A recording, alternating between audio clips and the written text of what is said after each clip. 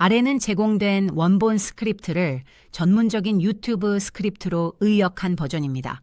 원본의 전체 길이와 구조를 최대한 유지하면서 어휘와 문장 구조를 다양화하고 단순화하였으며 반복을 피하고 중립적이며 효과적인 어조를 유지했습니다.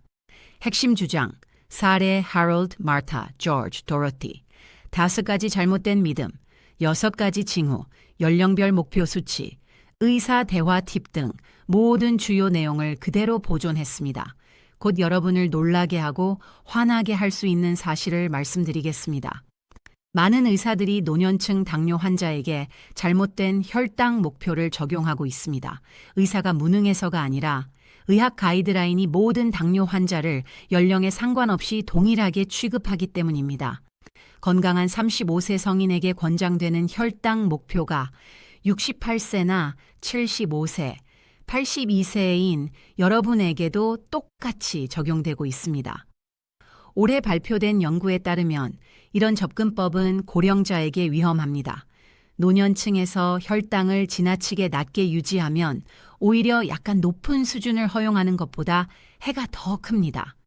낙상 증가, 혼란, 입원, 사망 위험까지 높아집니다. 그러나 대부분의 의사들은 이 사실을 모르고 있습니다. 그들은 구식이 된 가이드라인을 따르고 있으며 이는 환자에게 피해를 줄 수 있습니다.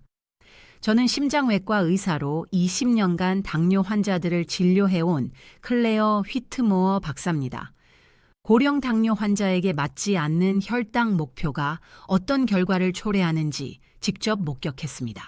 심각한 낙상, 위험한 저혈당, 인지 기능 저하 등 모두 80세 연약한 환자에게 30세 건강한 사람과 동일한 엄격한 조절을 강요했기 때문입니다. 이제 연령과 건강 상태에 맞는 실제 혈당 목표를 정확히 알려드리겠습니다. 하지만 그 수치를 바로 공개하지는 않겠습니다. 먼저 의사들이 왜 잘못된 목표를 사용하는지, 그리고 그로 인해 어떤 일이 발생하는지 이해해야 하기 때문입니다. 댓글로 여러분의 연령과 의사가 제시한 현재 공복 혈당 목표를 알려주세요.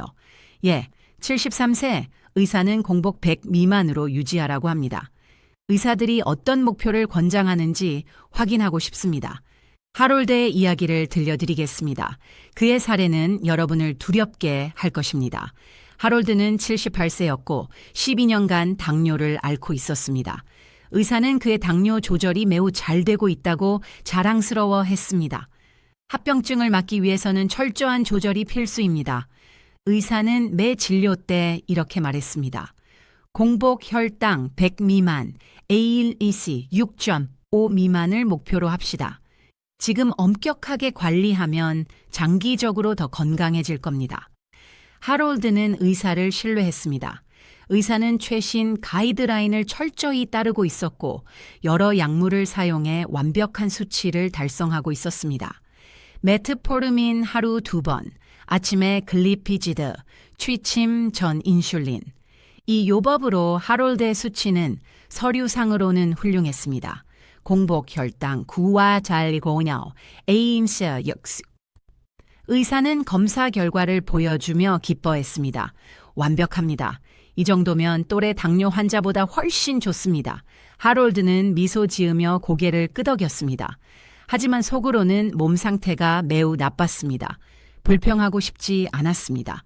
수치가 완벽한데 문제가 있다면 그건 나이 탓일 거라 생각했습니다. 78세면 원래 이런 거 아닌가 하고요. 파트 2.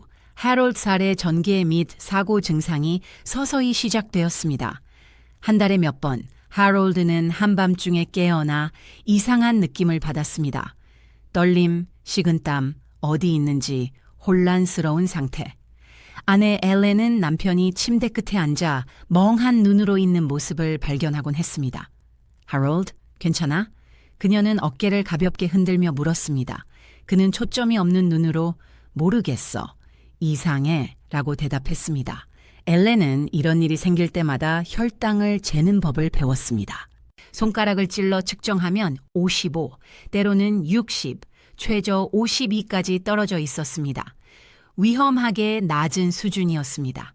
그녀는 재빨리 주스를 가져와 먹이고 혈당이 회복될 때까지 곁에 앉아 있었습니다. 또 저혈당이었어. 55였어. 이런 일이 점점 잦아졌습니다. 일주일에 한 번, 두 번, 세 번.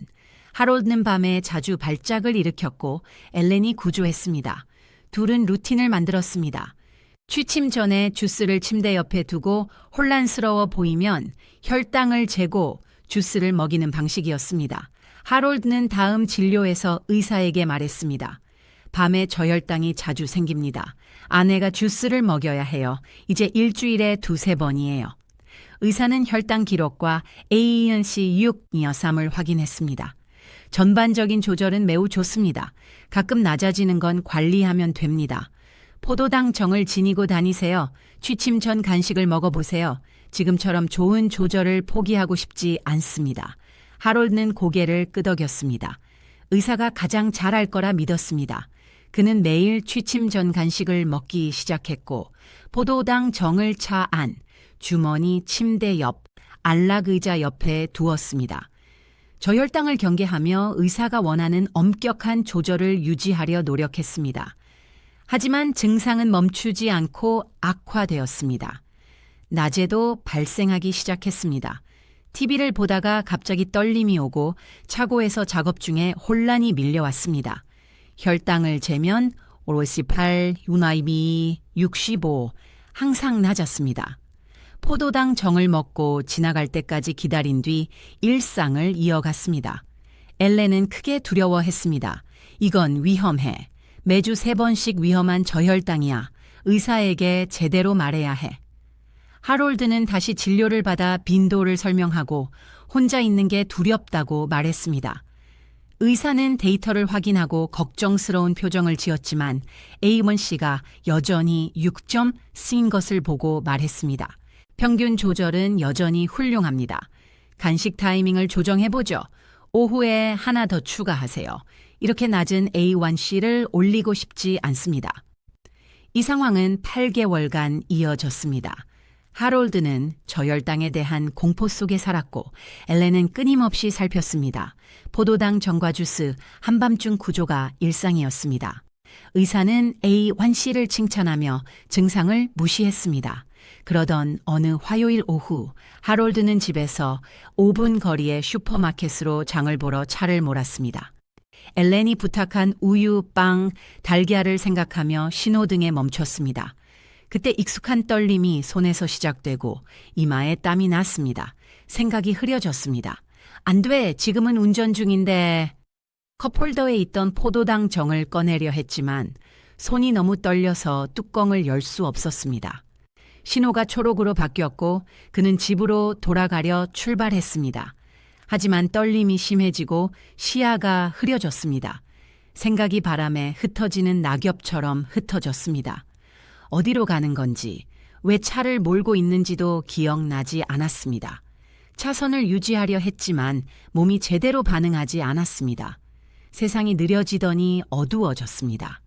차는 왼쪽으로 틀어 중앙선을 넘었고 마주오는 차와 정면 충돌했습니다.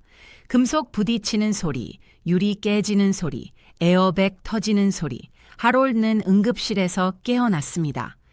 팔과 갈비뼈가 부러졌고 머리가 심하게 흔들려 뇌진탕이었습니다. 사고 순간 이후 기억이 전혀 없었습니다. 간호사는 도착 직후 혈당을 재었고 48이 나왔습니다. 심각한 저혈당으로 의식을 잃은 것이었습니다. 그게 사고 원인이었습니다. 옆 침대에는 상대 운전자가 있었고 다리가 부러지고 내장 손상 가능성이 있었습니다. 고통스러운 신음소리가 들렸습니다. 하롤드는 자신이 무고한 사람을 다치게 했다는 사실에 눈물을 흘렸습니다. 의사가 강요한 엄격한 조절이 자신과 타인을 위험에 빠뜨린 것입니다. 다음 날 내분비 전문의가 찾아왔습니다. 기록과 약물 목록, 저혈당 빈도를 확인한 뒤 진지하게 말했습니다. 주치의가 당뇨 조절을 너무 공격적으로 했습니다. 환자 연령이 78세이고 저혈당 병력이 있는데 인슐린과 설포닐유레아 계열 약물을 함께 사용하면서 목표를 지나치게 엄격하게 잡았습니다. 하롤드는 혼란스러웠습니다. 의사는 A1C 6.3이 완벽하다고 했는데요. 전문의는 고개를 저었습니다. 78세인 환자에게 A1C 6과 3은 위험합니다. 이제 크게 조정하겠습니다. 공복 혈당 100cc, A1C 8.0 정도로 목표를 바꿉니다. 이 연령에서는 저혈당 예방이 완벽한 수치보다 훨씬 중요합니다. 하롤드는 가슴속에서 분노가 치밀었습니다. 8개월간 위험한 저혈당을 겪었는데 의사는 A1C 때문에 약을 줄이지 않았습니다. 이제 뼈가 부러지고 다른 사람까지 다치게 했습니다. 전문의는 공감하는 표정으로 말했습니다. 죄송합니다. 고령자 당뇨 관리 가이드라인은 젊은 성인과 크게 다릅니다. 주치의가 젊은 성인 기준을 적용한 겁니다. 안타깝게도 흔한 일입니다. 영우는 명확히 엄격한 조절이 고령자에게 더 해롭다고 밝히고 있습니다. 하롤드는 눈을 감았습니다. 8개월간의 고통과 공포, 매주 3번 깨어나 혼란에 빠진 밤들, 엘렌의 걱정, 모두 예방 가능했던 일입니다. 완벽한 서류상 수치를 위해 환자의 상태를 고려하지 않았기 때문입니다. 왜 더 일찍 알려주지 않았을까요? 사고가 나야 겨우 목표가 잘못됐다는 걸 알게 되다니. 하롤드의 사례는 연령에 맞는 혈당 목표가 왜 중요한지 보여줍니다. 35세에게 완벽한 조절이 78세에게는 과잉 치료가 될 수 있습니다. 하지만 대부분의 주치의들은 연령 구분을 하지 않고 동일한 목표를 적용합니다. 댓글로 저혈당 빈도를 알려주세요. 하롤처럼 반복적인 저혈당을 겪고 있다면 연령에 맞지 않게 엄격한 목표라는 신호입니다. 파트 C인 5가지 잘못된 믿음, 의사들이 왜 연령에 관계없이 동일한 목표를 사용하는 걸까요? 고령 당뇨 환자를 과잉 치료하게 만드는 5가지 잘못된 믿음이 있습니다. 이 믿음들은 깊이 뿌리 박혀 있어 연구를 보여줘도 쉽게 바뀌지 않습니다.